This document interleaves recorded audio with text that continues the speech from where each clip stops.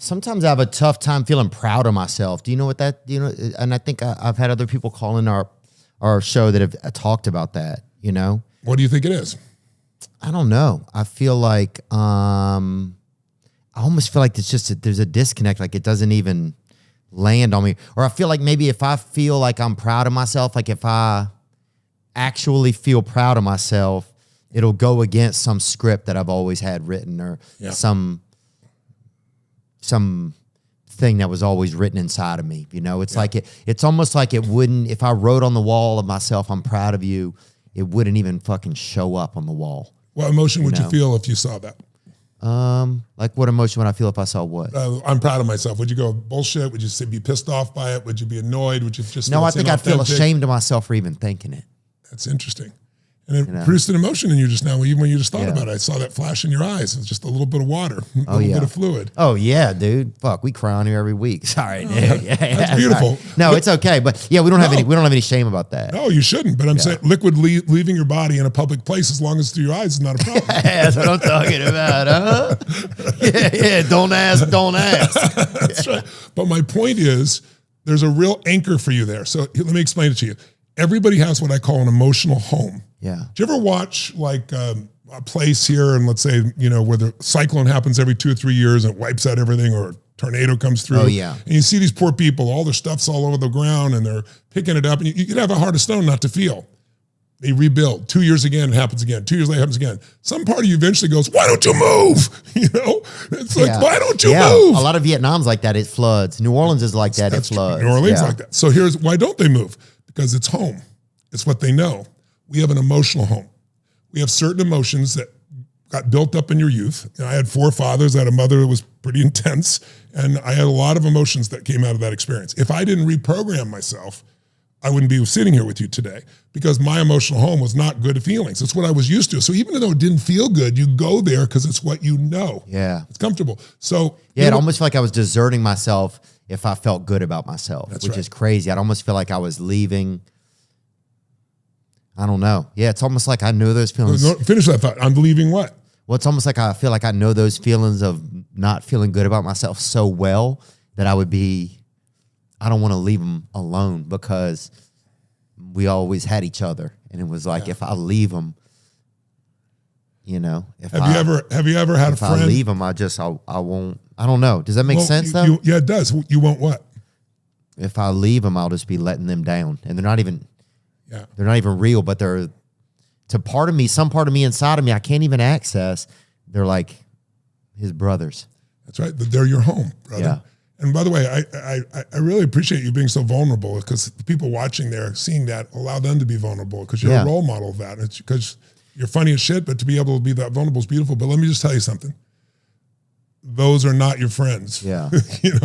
And you're not going to abandon those parts of yourself. You're going to find these other parts of yourself that need to be in charge. It's not to say that you can't have negative emotions or fears or feelings, but the ones that don't support you, you got to break that pattern. And the way you break the pattern first is you start to see, you get a new experience. If I get you an experience where you feel like you actually felt proud of yourself without those feelings, and there was no sense of loss, and I did that with you for days and days, you'll never go back. Wow. Because your brain will go, what the F? I'm not going back to that bullshit. Those weren't my friends. It'd be like, it's like having a friend that beats the shit out of you every single day. And it's like, I'm letting him down if I don't let him beat the shit out of me, right? It's like, oh no, I got to be there for him, because I got to be there so he can beat the shit out of me all the place, right? Yeah. That's pretty much what it's happening. Crazy to hear, dude. You're like, damn, here we go again. And so then what happens though is the reason you went for the antidepressants is it's so overwhelming that numbing at least feels a little less. I'd rather see you cry and feel the pain, even though I want you to feel pain as a brother. Yeah, no, I'm grateful to feel it. I want it out of my system. That's right.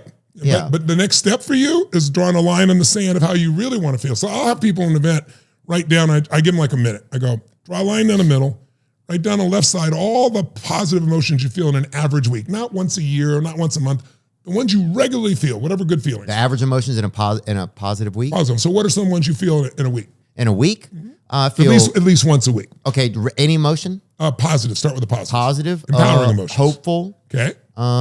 Thankful. Yeah. Loving. Yeah. And maybe some pride. Good.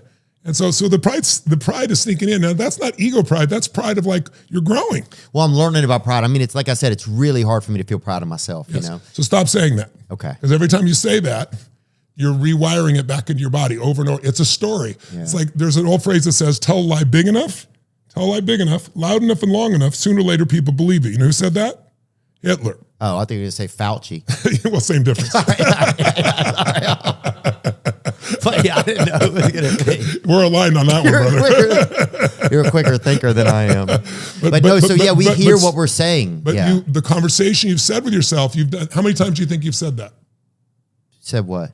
That, you know, it's hard for me. I say it a lot. Yeah, it's because I think it's like having a new story for myself. Part of me is still, there's a heavy bit even to my whole new story, to having a new story, even having some success in my life. It's almost like some of it feels embarrassing, you know? And some people feel like, you know, the word people use is imposter syndrome. It's all bullshit. It's just fear that you're not enough. We all have that fear, brother. Yeah. You know, I feel that at times. I don't feel it much now, but I'm 63 years old and I've done a shitload of things for 40 years, you know. You built enough pattern. Yeah, I built up new patterns. Yeah. It's like a muscle. You know, everybody's got the muscle. If you use it, it grows. If you don't use it, you lose it, right? Yeah. It doesn't ever disappear, though. It just looks like it's not there. But if you demand it, you push it beyond what it's comfortable with. And that's what you're doing right now. You're pushing beyond your comfort. You were settling for comfort to try to survive. Now you're like, F that. I want more out of this life. You know, I'm not going to settle for that shit. But then you keep telling yourself the old story. So change your story, change your life. It sounds overly simplistic, but it is true. No, I love it. I appreciate you saying it. Yeah. Yeah, I think a lot of this chat has been about that. And then, but look at the positive emotions you wrote down, or you just told me verbally, right? So you're hopeful. Are you playful or funny, or what would be your term around that part of you? Because I didn't hear that part of you. I know it's there.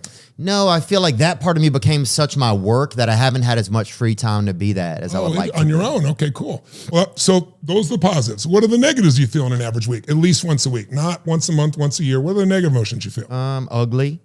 Okay. I feel incapable, angry, and I feel disappointing. Okay. So which of those emotions is most powerful for you? The positive list or the negative list? The negative list is more powerful. And that's true for most people. Watch this. What's an emotion that if it became the dominant emotion in your life, one or two, that would get rid of those negatives, like they would have any power over you? What would be an emotional state? Would it be like courage, or would it be playfulness, or would it be, let's say, joy, or would it be, you've already got gratitude, more gratitude? What would be an emotion that's so strong that it would get rid of the disappointment? Probably love, you know? There you go. And that's your core, brother. I didn't hear you say that on the first one. That's all you really want. It's probably why you do this podcast. It's probably why you make people laugh. Me too, by the way. The whole reason I do what I do is I love people and I love to see people happy, because I was so unhappy myself and I got out of it. So I was so grateful. It's like, I feed, 100 million people a year, 100 million meals. Yeah, that's why you're charity. Yeah. I've done 1 billion meals in the last 8 years, right? Right, dude. That's what McDonald's did, isn't it? And it was free. They're pretty cheap at McDonald's, but dang, dude. But I did it not because I'm a good person. I did it because I grew up and I had no money and no food. And when I was 11, somebody came and fed us on Thanksgiving. And I was like, that made me believe strangers care. If strangers care about me, I care about strangers. And so I fell in love with people, and I want to make people feel happy. And I know what it feels like not to food. I know what it feels like to be absolutely depressed and miserable and saying, do I even need to stick around in this life, right? So I don't want anybody else to feel that. So it drove me to find answers, not just for me. Once I found it for me, I wanted to help as many people as I can. But why do I want to do it? Because I love love. Because when you help people that much, I have so much love in my life, it's ridiculous. I get stopped on the street every day and people don't come up and say, oh, I like your show or something. Come up and go, you changed my life. Oh my God, I love you, Tony Robbins. And I always say, no, I didn't do it. You did it, but I'm glad I helped. But I love the love that comes from it. Yeah. So we all really want love, but we're afraid we're not enough. And you, my friend, you are growing like a weed right now because you're doing things most people never get out of. And I'm not blowing smoke your way. I'm not a bullshitter. No, I don't feel that, man. I appreciate you saying it. Yeah, it's the truth. But you got to notice your progress. And you got to stack the good, and then you got to stop the old story. And the minute you start to say that phrase, bullshit, that's an old story. It's not true anymore. Yeah, I think a part of me is afraid that I'm going to leave a part of me, like if I be successful. So let's investigate that for a second. Like if I be successful, I'm going to leave a part of me behind. Well, then you're effed right now because you're already successful.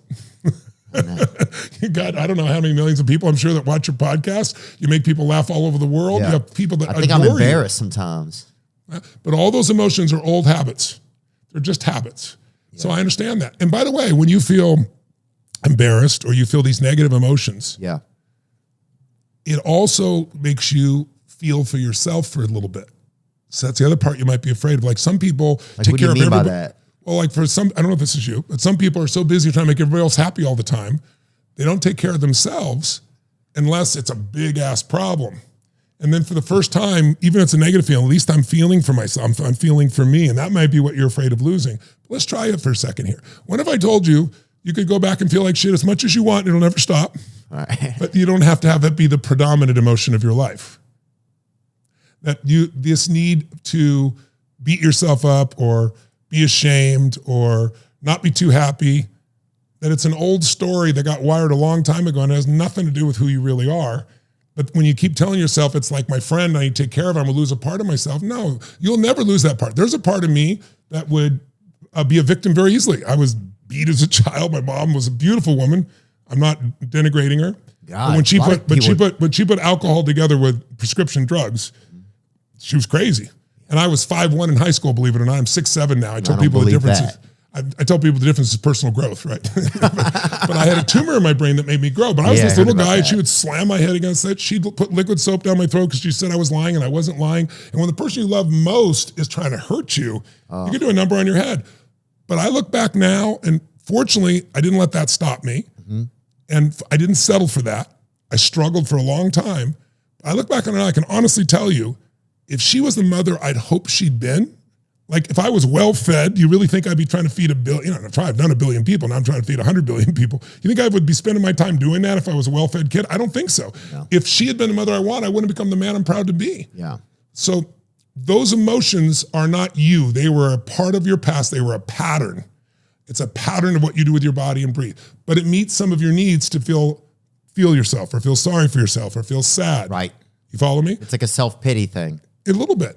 But what you're really wanting is not self-pity. You're wanting self-love. You just haven't learned how to give it to yourself. My way of doing that is gratitude. Because when you're grateful, love flows naturally. Is that a common pattern that sometimes, because I noticed over like about 2 years ago, I noticed that one of my biggest addictions sometimes was self-pity. I didn't even realize it. Yeah. I thought I was helping myself by like focusing on myself, but really I was feeling too pitiful. Yeah. I realized my alcohol was self-pity. Anytime I didn't. Also alcohol is a depressant. Mm-hmm. So what's going to do is it feels good in the moment, but then it lowers your energy and your blood sugar, everything, right? Same for self-pity? Self-pity, same thing. Now your energy, think about it. Self-pity, if you're in self-pity right now, 0 to 10, 10 is total high energy, 0 is no energy. Where are you in self-pity? Where would you put it? Oh, 2. Yeah. Where are you when you're feeling excited? Where's my energy? 0 to 10, yeah. My energy when I'm feeling excited is like a 9. Yeah. Which one do you want to be? I'd rather be the 9. Yeah, well, why the fuck why don't you just do that? I know.